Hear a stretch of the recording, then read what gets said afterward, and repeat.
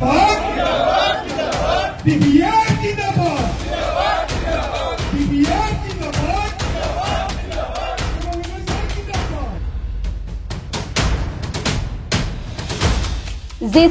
BTC बिसायख'थिया खाथिनिफ्राय खाथिसिन सौफैगासिनो एसेबांनो मोनफ्रोमबो जयनिं हाबाफारि सोलिगासिनो।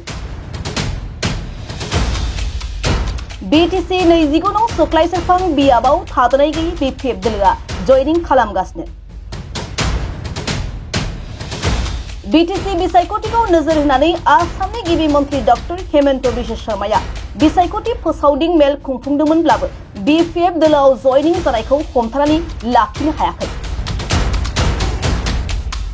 बीटीसीनि बारग' मावफुं सोद्रोमा गणेश कछारी बिथांनि दैदेननायाव सानफ्रोमबो जयनिं हाबाफारि लागासिनो।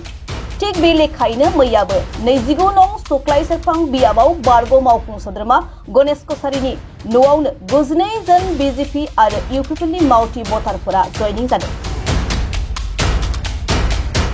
बेनि अनगायैबो बलाजार गामियाव 22 जन आरो दिगिलिपार गामियावबो 50 जन मावथि भटारफोरा गासै 164 निबो बारा बीजेपी आरो इउपिपिएल दलनि बावथि भटारफोरा जयनिं जादों होननानै फोरमायदों बारग' इएम गणेश कछारी बिथाङा।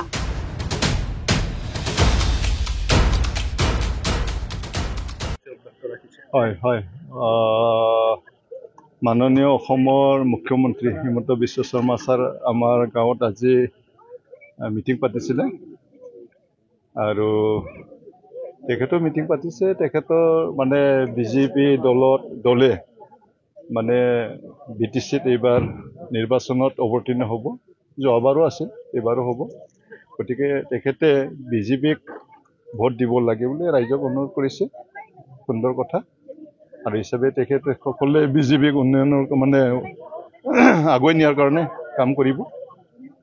আৰু সেই হিচাপে আমিও আমাৰ দলীয় কাৰ্যপন্থাটো আমি অটুট ৰাখিছোঁ। গতিকে তেখেতে আমাৰ গাঁৱত আহিছে, এইটোৰ লগত কথা নাই। তেখেতে অহাৰ কাৰণে মই মিটিং কৰিব নালাগে, এইটো কথা নাই, এই ধৰণৰ কথা। গতিকে বিজেপিৰ কাম কৰিব আৰু আমি বিপিএফৰ কাম কৰিম। এই হিচাপে আজি আমি শুক্লাই চেৰফাং সমষ্টিৰ অন্তৰ্গত বিভিন্ন গাঁৱত মিটিং কৰিছোঁ। আজিও এতিয়া মানে বলাজাৰ লন্থিবাৰী গাঁৱত আমি মিটিং কৰিলোঁ। তাতে কেইজনমান ইয়াত 22 জন যোগদান কৰিছে আৰু তেতিয়া মোৰ ঘৰতো 92 প্লাছ এতিয়া 22 জন 114 জন এতিয়ালৈ হ'ল। আৰু অলপ পিছত আমি আকৌ দিঘিলিপাৰত তাতে মিটিং হ'ব। তাতেও প্ৰায় 40-50 জন যোগদান কাৰ্যসূচী আছে।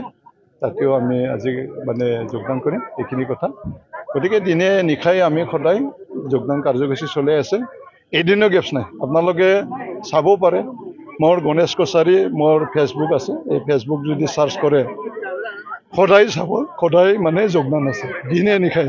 আমি সময় দিব পৰা নাই। ৰাইজে আজি আমাক আঁকোৱালি লৈছে আৰু আমি ভাবোঁ এইবাৰ শুক্লাই চেৰফাং সমষ্টিত বিপিএফ দলে মানে জয় হ'ব আৰু বিটিচিত হাগ্ৰামা মহিলাৰী ডাঙৰীয়াৰ বলিষ্ঠ নেতৃত্বত আমি চৰকাৰ গঠন কৰিম আৰু ৰাইজৰ উন্নয়নৰ কাৰণে আমি কাম কৰিম। শুক্লাই চেৰফাং বিপিএফৰ এগৰাকী সক্ৰিয় কৰ্মী দিগন্ত কলিতাই বিজেপি যোগদান কৰিছে, কিবা প্ৰভাৱ পৰিব নেকি?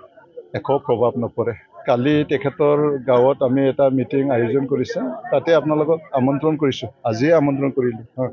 গতিকে অহাকালি আপোনালোকে 6:30 বজাত পোৱাকৈ নিজগাঁও দিগন্ত কলিতাৰ মানে ঘৰৰ ওচৰতে মানে এটা গাঁৱৰ ৰাইজে দিগন্ত কলিতাই মানে বিজেপি যোগদান কৰাৰ কাৰণে তেখেতক লগত সংগী নিদিয়া গাঁৱৰ ৰাইজে মানে মিটিং পাতিছে আৰু মোকো মাতিছে। আৰু হিচাপে মই কালি তাতে মানে উপস্থিত হ'ম আৰু তাতে যোগদান কাৰ্যসূচী আছে, তাতে আপোনালোকে আহিব।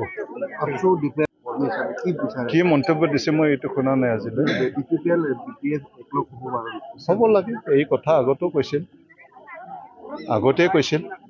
যিমান পাৰে তেখেতে একত্ৰিত কৰাৰ কাৰণে কাম কৰক। অকল প্ৰেছ মিট দি সামৰি থাকিলে নহ'ব। একতা হ'ব লাগিলে দুয়োটা দলৰ মাজত বহাই দিব লাগিব।